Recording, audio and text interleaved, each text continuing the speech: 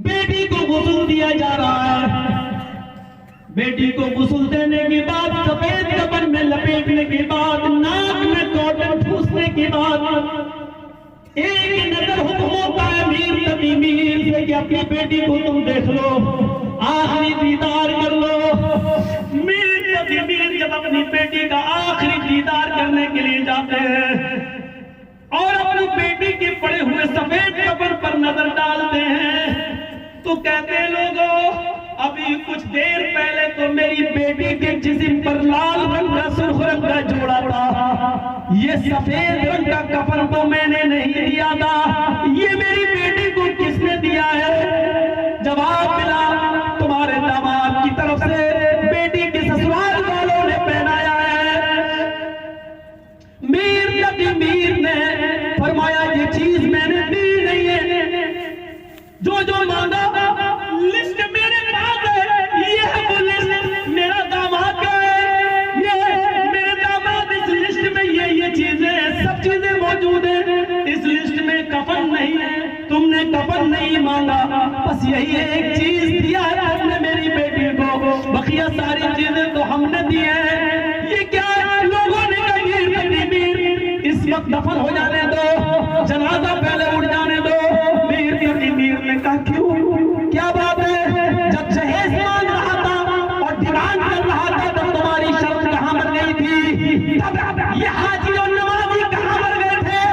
ये क्यों नहीं आए थे? और लड़की के बाप से क्यों नहीं कहा था इतना लंबा चौड़ा जहेज है, गरीब आदमी से क्यों मांग रहे हो? अब 10 दिन शादी में रहेगा, डिमांड मत करो। ये मुल्ला मौलवी, ये जहेज, ये हाजी नमाजी, ये रईस चौधरी उस वक्त कहां पर गए थे जो आज हमें तसल्ली देने आ गए? उसने अपनी बेटी के कफन को सर का खोला और अपनी बेटी की पेशानी चूमी, माथा चूमा और अपनी बेटी के उस कफन को पकड़कर जिंदगी का आखिरी शेर पढ़ा और कहने लगा, बेटी आज के बाद तेरा ये बाप शायरी छोड़ रहा है, आज के बाद किसी मुशायरे में नहीं जाएगा और मैं जिंदगी का आखिरी शेर तेरी लाश पर, तेरी जनाजे पर पढ़ रहा हूँ। अपनी बेटी के कफन को पकड़कर कहता है, अब आया है ख्याल आरामे जान इस नामुरादी में, अब आया है ख्याल आरामे जान इस नामुरादी में, कफन में ना तुझे भूले थे हम असबाब शादी में। ओ मेरी बेटी, तेरा बाप कफन देना ही तुझे भूल गया था और वो सारी की सारी चीजें तेरे बाप ने तुझे दी है, लिहाजा तुझे मेरे ससुराल वालों ने कफन पहना कर एहसान कर दिया है। आए मेरी बेटी के ससुराल वालों, मेरी बेटी के जिस्म से कपड़ा उतारो, मैं चादर लेके आया हूँ, मेरी बेटी वो चादर पहनेगी और मैं अपनी बेटी की लाश को अपने मकान पर अपने घर ले जा रहा हूँ। मेरी बेटी जहेज मांगने वाले कुत्ते के कब्रिस्तान में दाखिल नहीं होगी, दहेज की डिमांड करने वाले लालची कुत्ते के कब्रिस्तान में मेरी बेटी दफन नहीं की जाएगी। मुझे अपनी बेटी को अपने इलाके, अपने घर के कब्रिस्तान में ले जाना है। मीर तकी मीर ने जहेज मांगने वाले को कुत्ता कहा है, उसको हड्डी कहा है और उस हड्डी की तलब में रहने वाले को कुत्ता कहा है। मेरे भाइयों, मीर तकी मीर ने जहेज मांगने वाले और जहेज की डिमांड करने वाले को कुत्ता कहा है। इस लफ्ज़ कुत्ते पर भी अगर हमें शर्म न आई, इस लफ्ज़ कुत्ते पर भी अगर हमें हया न आई और हमने अपने मुआशरे को जहेज के लेन देन से पाक न किया तो तैयार रहिए, हमारी बेटियां गैर मुस्लिमों के घरों में जाने के लिए तैयार बैठी है। वो अपने मकसद में कामयाब है और वो अपने मकसद में बहुत हद तक कामयाब हो रहे हैं। उनके पास मीडिया है, उनके पास सोशल मीडिया है, उनके पास भागने वाले कुत्ते हैं, उनके पास लड्डू और मिठाइयां और दौलत के अंबार हैं, उनके पास सारी चीजें। आपके पास कुछ नहीं है, आपके पास लड़ने और झगड़ने के अलावा कुछ नहीं है, आपके पास मोबाइल में हाय हेलो करने के अलावा कुछ नहीं है। आप ना तालीम में मजबूत हैं, आप ना कारोबार में मजबूत हैं, आप ना सियासी तौर पे मजबूत हैं, आप ना पढ़ने लिखने में मजबूत हैं, आप ना डीएम के एतबार से मजबूत हैं, आप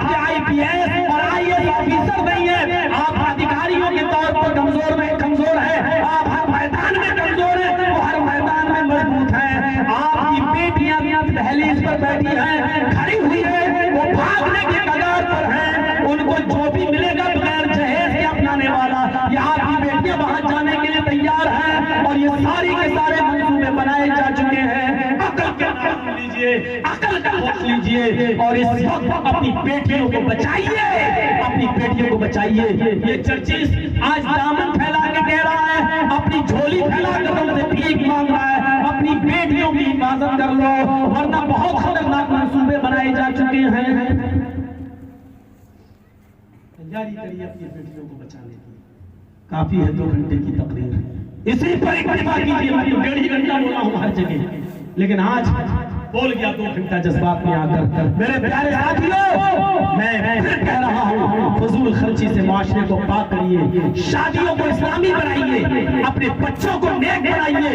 फजूल शरीयत में किसी चीज की इजाजत मिल गई तो अब उसका नाजायज वो फायदा भी उठाते हैं। अब औरतें जरूरत तो 1000 की है, अब वो 5000 ले लेंगी। अब वो अपना Fair and Lovely, Pond's, cream सबको और जोड़ लेंगी। बाजार में और मार्केट में बहुत अच्छे सूट चलने लगे हैं, प्लाजो क्या क्या नई नई डिजाइनें आने लगी हैं, तो चलो ये भी हम ले लेंगे। अब तो मौलाना साहब ने इजाजत दे दी है, उंगली की है हम एक हाथ बढ़ा देंगे, एक और की दी हम पूरी उंगली बढ़ा देंगे।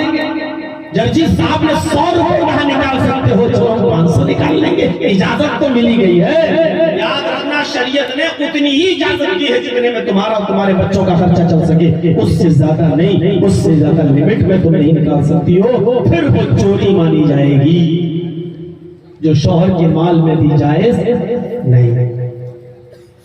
पूरा वाकया बताने का मकसद यह है कि अगर शौहर तंगी में रखता है तो वो भी जायज नहीं है, और हद से ज्यादा फजूल खर्ची करे, हद से ज्यादा पढ़ाए, हद से ज्यादा आगे बढ़े।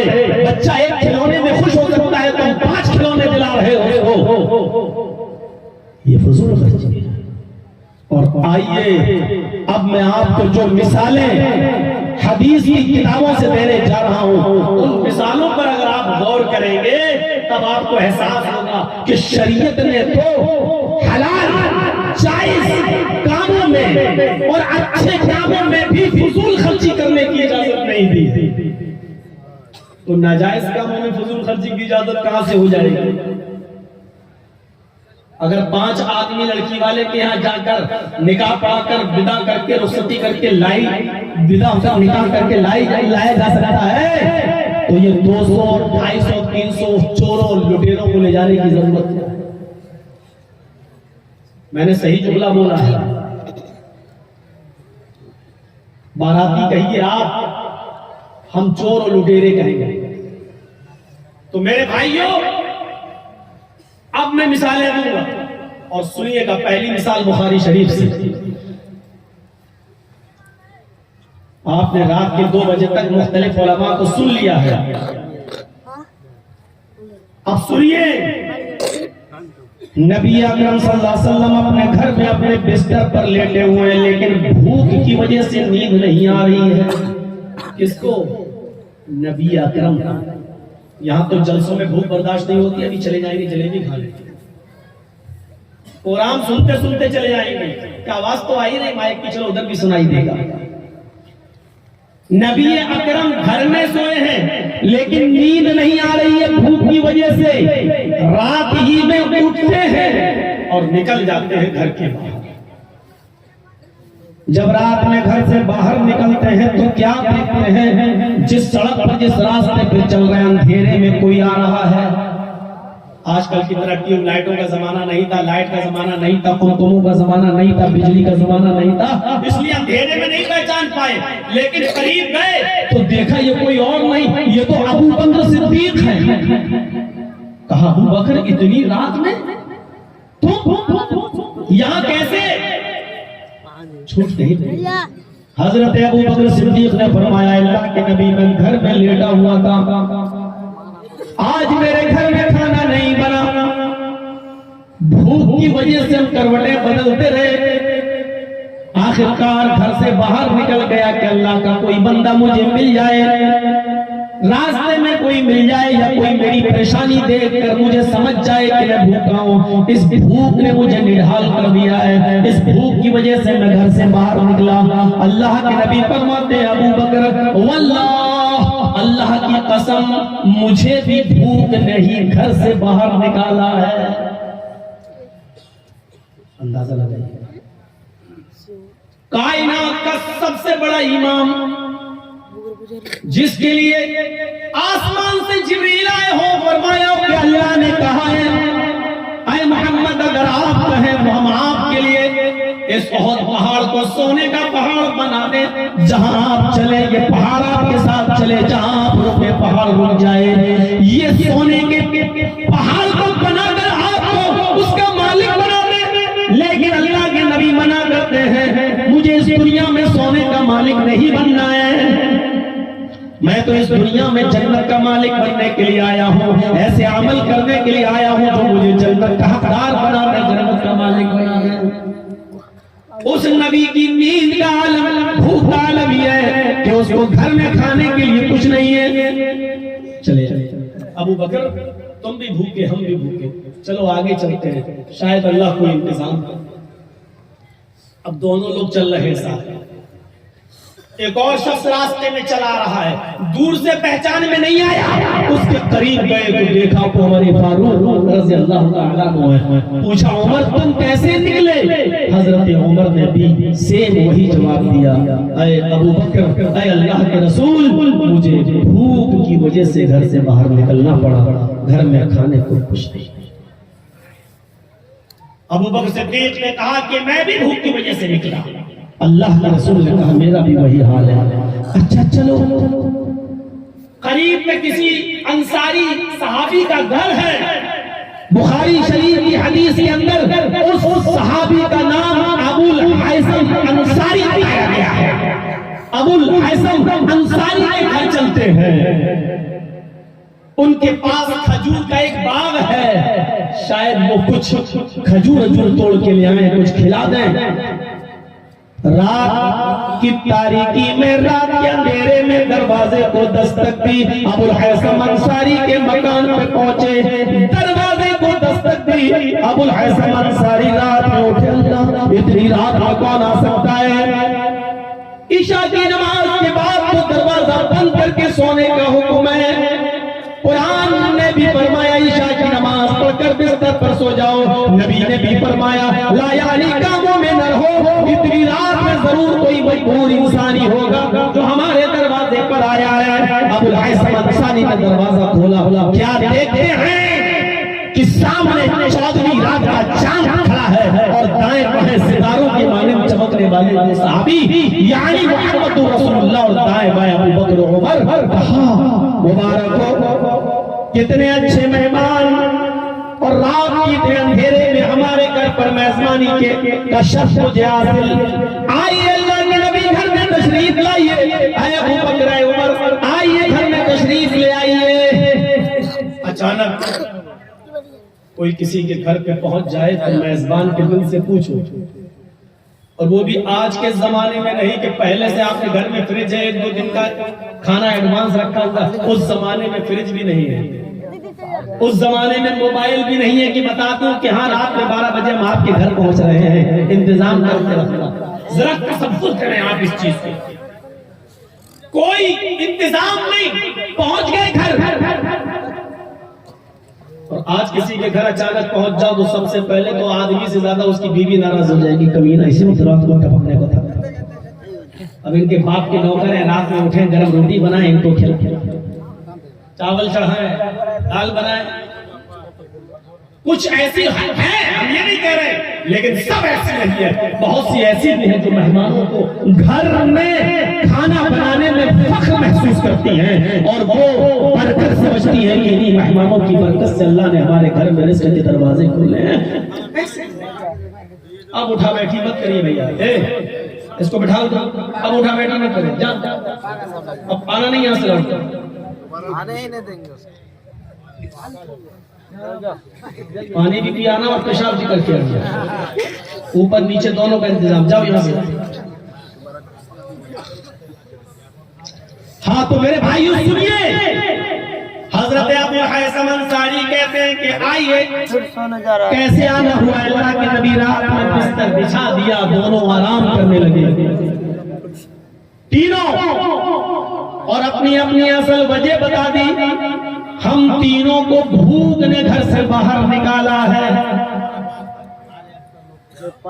हजरत अबू हैसम अंसारी भागते हुए दौड़ते हुए घर के बगल में उनका बाग था खजूर का, एक खजूर का गुच्छा तोड़ के ले आए। उस खजूर के गुच्छे में कच्ची खजूरें भी थी, पकी हुई भी थी, अधकच्ची भी थी।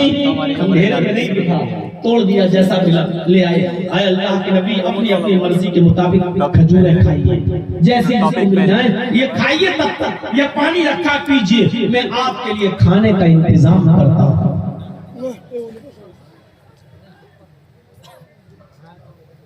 गए और एक बकरी निकाली अबुल हैसम ने, और बकरी को जैसे ही ज़िबा करने वाले हुए, अल्लाह के नबी ने पूछा, अबुल हैसम लगता है ये बकरी तो दूध देती है। हाँ हाँ, तो क्या हुआ, आपसे बढ़कर थोड़ी है। फरमाया नहीं, आया अबुल हैसम इस बकरी के दूध की जरूरत हमसे ज्यादा तुम्हारे बच्चे को है, और तुम्हारा बच्चा अब इसी बकरी का दूध पीता है, लिहाजा इस बकरी को आप ज़िबा नहीं करोगे। यहाँ तो बाकायदा हम जैसे मौलवी फोन करके कह देते हैं, यहाँ डॉक्टर साहब जरा खस्सी मुर्गा बना के रखिएगा, देसी मछली भी मंगा लीजिएगा। और डॉक्टर साहब अगर कुछ आनाकानी करें तो हदीस सुना देते, मेहमान नवाजी करना बहुत बड़ा सवाब है। मौलवियों के पास हदीसों की कमी तो है। कौवा और कबूतर वाला वाकया सुन लीजिएगा, हमारा पहले वाला यूट्यूब पे पड़ा हो, सुना ना। एक शिकारी के जाल में कौवा भी फंस गया और कबूतर भी फंस गया था। तो कौवा भी रो रहा और कबूतर भी रो रहा था। तो कबूतर ने गुस्से से कहा, चुप चुप चुप, कौवे से काव काव काव काव करते हुए मेरा दिमाग खराब कर दिया। तो कौवा बोला कि तू भी तो गुडर गुडर करते करते मेरा दिमाग खराब कर दिया, हम रो रहे हैं तो तू भी तो रो रहा है। तो कबूतर बोला, कमीने मैं तो इसलिए रो रहा हूं क्योंकि मैं हलाल हूं और शिकारी के जाल में फंस गया हूं। ये शिकारी हमें जाल से निकालेगा और ज़िबा करेगा, काटेगा और खा जाएगा, हमें तो कटना ही कटना है, इसलिए मैं रो रहा हूं। तू क्यों रो रहा है कमीने, तू तो हराम है, तुझे थोड़ी शिकारी काटेगा, तुझे तो जाल से निकालेगा, उड़ा देगा या पिंजरे में बंद कर देगा, खिलाएगा पिलाएगा। तेरी जिंदगी खतरे में थोड़ी है, जिंदगी तो मेरी खतरे में है क्योंकि मैं हलाल हूं। तो कौवा बोला, मेरी जिंदगी तुमसे ज्यादा खतरे में। कबूतर बोला, वो कैसे? कौवे ने कहा कि ये जाल किसी जाहिल का नहीं है, मौलवी का है जिसमें हम फंसे हैं।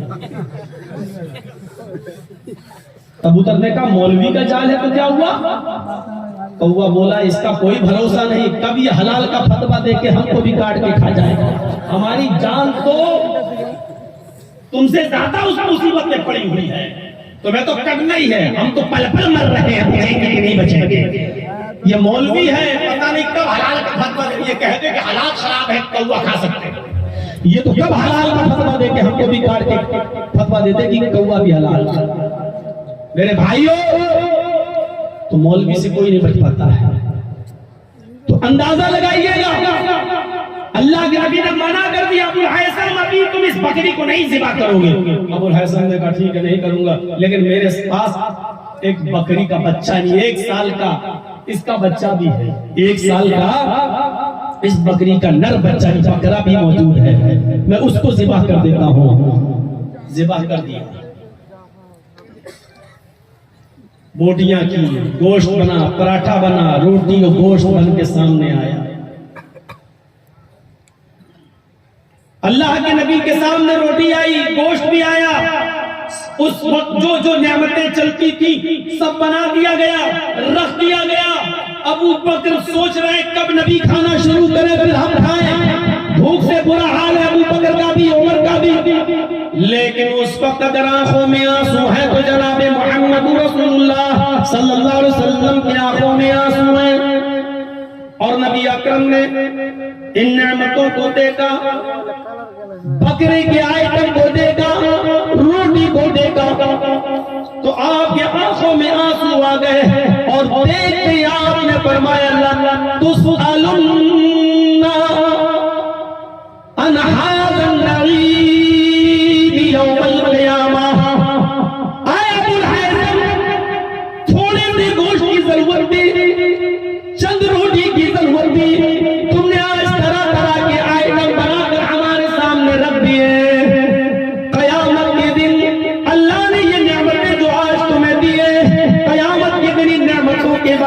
सवाल किया जाएगा, कयामत के दिन इन नेमतों के बारे में पूछा जाएगा, यानी ये नेमतें खाकर तुमने अल्लाह ताला का शुक्र अदा किया या नहीं किया।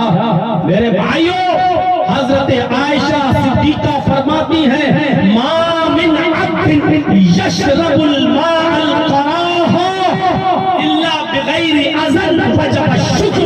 हजरत आयशा ने फरमाया, कोई शख्स पानी पी ले और वो पानी आराम से हलक के जरिए उसके पेट में चला जाए और फिर बिना किसी तकलीफ के वो पेशाब बनकर बाहर निकल जाए, यानी पानी पीने में कोई दिक्कत न हो और पेशाब करने में कोई दिक्कत न हो, पानी आराम से पी लेता हो कोई शख्स और पानी जब पेशाब बन जाए अंदर और वो भी बिना किसी तकलीफ के बाहर निकल जाए, तो उस आदमी पर अल्लाह का शुक्र अदा करना वाजिब हो जाता है। अल्लाह वजब शुक्र कि अल्लाह ने उसको पानी पिला दिया और पानी पेट में महफूज रखा और फिर सही और सलामत बाहर भी निकाल दिया, यानी उसके किडनी साफ है, उसके लीवर में कोई फर्क नहीं है, उसका पेट डैमेज नहीं है, उसको अल्लाह के इस नेमत पर अल्लाह का शुक्र अदा करना चाहिए। और इसीलिए फरमाया, जब पानी पियो तो कहो बिस्मिल्लाह और जब पेशाब करके फारिग हो तो कहो गुफरानका। ये दुआ बताई ताकि तुम अल्लाह ताला का शुक्र अदा कर सको। कितने बेशरम और बेहया हो चुके हैं हम, खड़े होकर खाने की आदत है हमारी, खड़े होकर पीने की आदत है हमारी, प्लेट में रखा हुआ खाना छोड़ने की आदत है हमारी और बचा हुआ खाना नालियों में और कूड़ेदान में फेंकने की आदत है हमारी। अल्लाह रब्बुल आलमीन की नेमतों को खाकर हम अल्लाह का शुक्र अदा नहीं कर रहे हैं। मेरे भाइयों, तसव्वुर कीजिए कि हम कितनी बड़ी नाफरमानी कर रहे हैं अल्लाह की। उसके बाद अल्लाह के नबी सल्लल्लाहु अलैहि वसल्लम ने एक रोटी ली, अल्लाह की कसम मौलाना जर्जीस को उस रोटी का साइज नहीं मालूम। बुखारी की हदीस में खुब्ज़ुन का लफ्ज मौजूद है। एक रोटी, किसी इलाके में रोटी छोटी बनती है, किसी इलाके में बड़ी बनती है। आपके यहाँ रोटी छोटी रोटी बनती है, हमारे इलाका में यूपी साइड मगरबी यूपी में आ जाओ तो रोटी का साइज थोड़ा बड़ा हो जाता है। पाकिस्तान की सरजमीन पे चले जाओ तो इतनी बड़ी रोटी बनती है कि एक रोटी में 2-3 आदमी खा ले।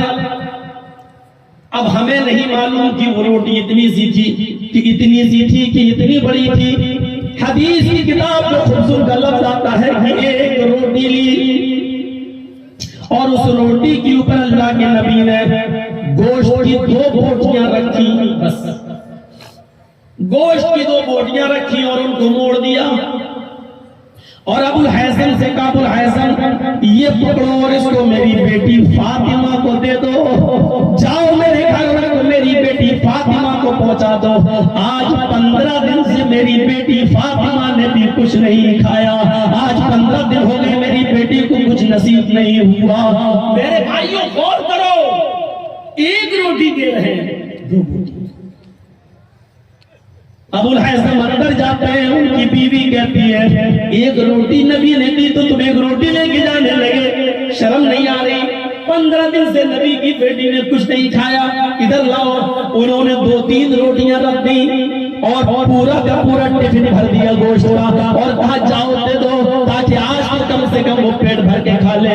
जब वो एक टिफिन भरा हुआ लेकर और चंद रोटियां लेकर जब घर से निकले तो अल्लाह के नबी ने वो पूरा का पूरा टिफिन उनसे छीन लिया। फरमाया, आया अबुल हैसन, मैं अपनी बेटी फातिमा को इतना नहीं खिलाना चाहता कि मेरी बेटी पेट भर के खा ले और फिर रात में उठकर वो तहज्जुद की नमाज से गाफिल हो जाए, अल्लाह को याद न कर सके, वो रात में फिर नमाज न पढ़ सके। मैं एक रोटी और 2 बोटी दे रहा हूँ, उतना ही मेरी बेटी को खाने का हक है जितने में उसकी कमर सीधी रहे और रात को उठकर अल्लाह का शुक्र अदा कर सके।